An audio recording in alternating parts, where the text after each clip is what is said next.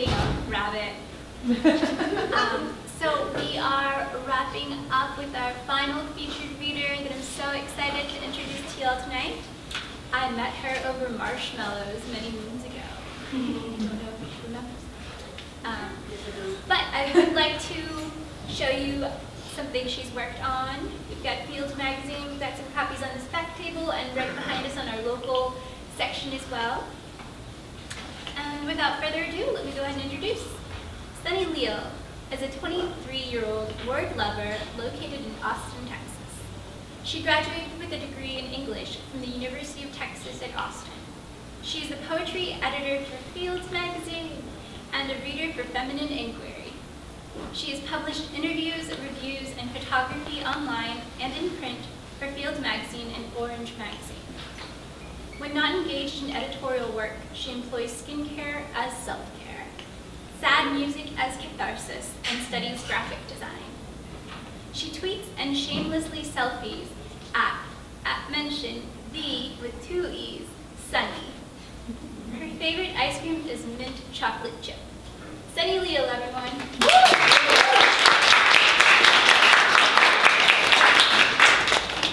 Hi, everybody. Thank you guys for all being here. Thank you, Kelsey, for inviting me and Jordan to read. Y'all both did great. And yeah, how many people are football fans?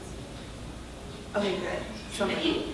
And then, like everybody else, there's some cursing, so I apologize in advance. So for my spoopy Halloween theme thing, I'm going to do a haiku. And I didn't know haikus were said twice, so this is going to hurt someone real bad. Spookiest headline of the month, Aaron Rodgers out rest of season. Spookiest headline of the month, Aaron Rodgers out rest of season. He's the quarterback, or he was the quarterback for the Green Bay Packers. Alrighty, so I'm going to do a couple of poems that are all really angry love poems. And then I'm going to be done with those and do something else. Awesome. So, I don't really title things because these are all really personal writings. So this is my first poem. I wanted to put the name of a boy I like into a Time magazine name generator until I realized that for once in my life, there was no one occupying my mental timeshare.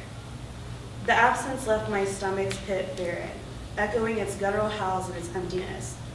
My relationship with food has always been harmful, just as much as my relationships with men who I had thought harmless. If I put their names into a generator, the results would read liar, cheater, non-committal, and unsure.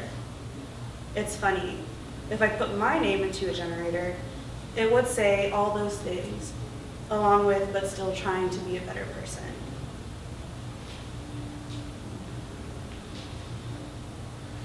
"100 times for the boy who loves you and will never know how to say it. When he walks out the door, he holds a little harder, hoping the feeling is clear. 100 times for the boy who called himself yours in the midst of unholiness. You came just from him giving you a taste of the ownership you've always deserved. 100 times for the boy who could not handle your everything when he was younger. Years have passed and life is like a riddle. How can one be going on 3 years of memory and have felt their soul touch yours in every past life? Pick up the phone. Late nights on the road make you wonder who will be there when you get home. Every woman who tried to hold your hand while you chased that chance is spilling crimson. Kneecaps imprinted with indentations of microscopic stones you embedded into their skin when all they wanted was to know you. Tied their hearts to the back of the bus, stroked their minds with your calloused index while your lips lay parted, taking eyes between them and blinding them from lies. 1,000 applauding hands cannot provide a worship you require. Only lone adorations from those who have placed faith in the existence of mutual need.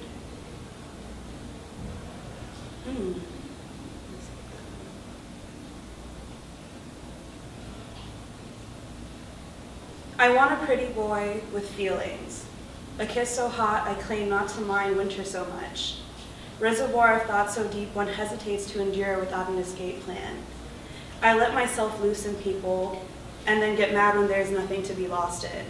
Could have sworn to God that you didn't mean it when you said it's not that deep. Give me your face, but with that thing that was always missing beneath your eyelids. You be claiming on your phone that you own women's souls. Guess you always break them because you ain't know what it's like to have one yourself. People can say this is cruel, that we've spent so much time apart I can't claim to know your life. Mind your own goddamn business. I ain't let you make me spend evening after evening in my feelings for people to come around and empathize with your sorry ass to see where he's coming from. I bared myself, and it ain't just you, it's everybody. Don't have time to pick and choose who is invited to the kickback. If you meet my physical requirements, I'm going to give you an undeserved chance. So now I'm asking God, or Aphrodite, or my Venus and Libra to give me one legitimate possibility at happiness. Stop sending me prototypes to see how many test runs it will take for me to start seeing through the bullshit. My imaginary glasses got me seeing La Vie en Rose, even when you say to let it go. And then this is my last love poem. Just one time, I want to hear you say, I don't deserve the goodness that you gave. You don't deserve all the ways I would wait for your ass to say, hey, I want to lay in bed with you beside me. And I know that I'm horny for rhyming, but you know this shit ain't easy. You know what you get when you appease. Come round because you want me on my knees whimpering, please don't leave, but you do. And I act all girl-like cool, till you call up and I gotta call out all the bull that you pull.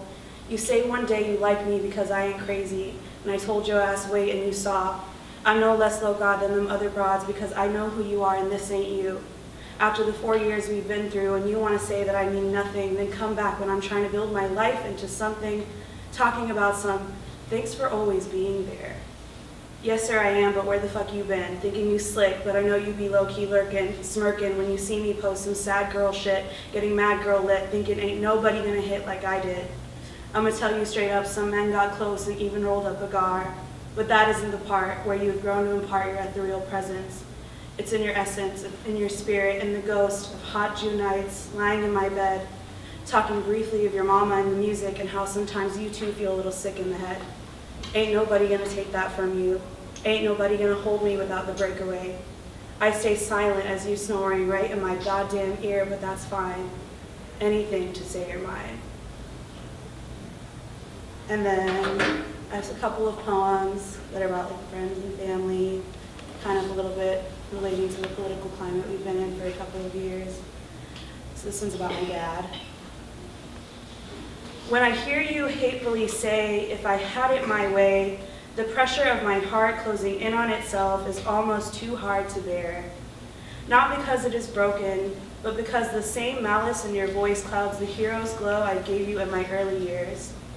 When I am disgusted with you, I am disgusted with myself, because somewhere down the line I am of your rib or some gibberish like that. Maybe when our minds ache from the thought of opposing opinion, the pain only persists because we fought so hard against how easy it is to be like them.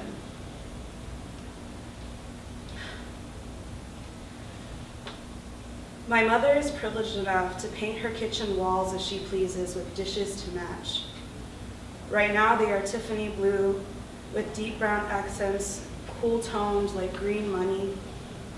My sister says that she likes it better because the old kitchen's colors were too Mexican. What's Mexican about a kitchen?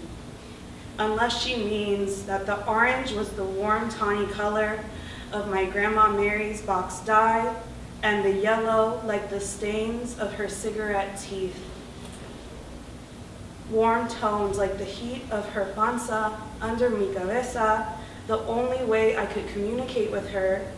At 65 years old, she was gone, and I would give anything to lie in her lap like a child again. Too Mexican. Too Mexican. Like my grandmother who was losing her English as the sepsis set in, red blood taking over her body, infecting her spirit. Was that hot red blood also too Mexican? And by too Mexican, I mean too poor, too hardworking, too proud to take herself to the doctor and admit that something was wrong. Well, what was wrong with our old kitchen? It was too Mexican, and now it's gone like her.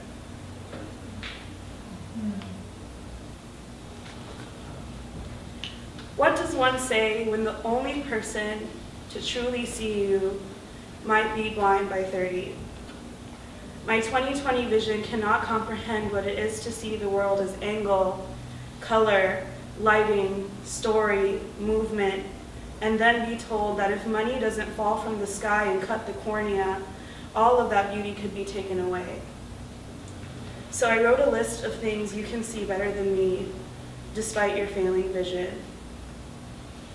A person's worth, truth, length of life, possibility, meaning behind action, personhood outside of age, race, and circumstance, the way the cats hate it when I hold them too long, when I am avoiding my feelings, when I am being unfair in judgment, how much the Dallas Cowboys truly suck, all of the time we have ahead of us to make our dreams come true. This poem is for Colin and Lupita. Nowadays, it seems silence is selective. Speak up if you are rich and pretty and beloved. Keep your mouth shut if you are anything but. Further add to your disadvantage. Even then, don't use your body. A man realizes that words don't work, takes a knee and is told don't move unless it is yardage on the field. It doesn't matter if you were going to raise your arms in compliance, show your license to carry. Doesn't matter how much money you have, how many awards you've earned. Self-defense is taken as an attack. A form of reverence is selfish protest. Accounts as untrue and misremembered. All the while being forced to listen to, not all Republicans, not all cops, I know your struggle. Do you know what it is to be stripped of your agency? To be scared to move the wrong way? To be scared to say the wrong thing? To be scared to exist? To take this fear, turn it into strength, and stand tall in spaces where you can't pick out those who would wish you unwell. If you are thinking to yourself, why do we have to turn everything into a racial issue? I never brought up race. You did. And then this one is my lighthearted finisher. Cat guy, are you wearing a tail right now? Good, because not all cats have tails. Representation is important. Should have never said that I loved him first. Now he refuses to say it, no matter how much I ask. One day I come home and he is sitting in his filth. I bathe him out of affection. He yells, grabs at me, leaves bruises on my skin, acts as if all of our love is lost. He only needs me when I am showing physical affection, turns away when I need comfort, lives his life with no direction, acts like I'm his mother. Sometimes I feel like I am, clean after him, feed him, won't nudge him to get a job, won't ask about money for rent. My parents ask why I put up with him. All he does is provide something to take care of. I've already decided that I won't let go. They may not understand, but I know my cat loves me.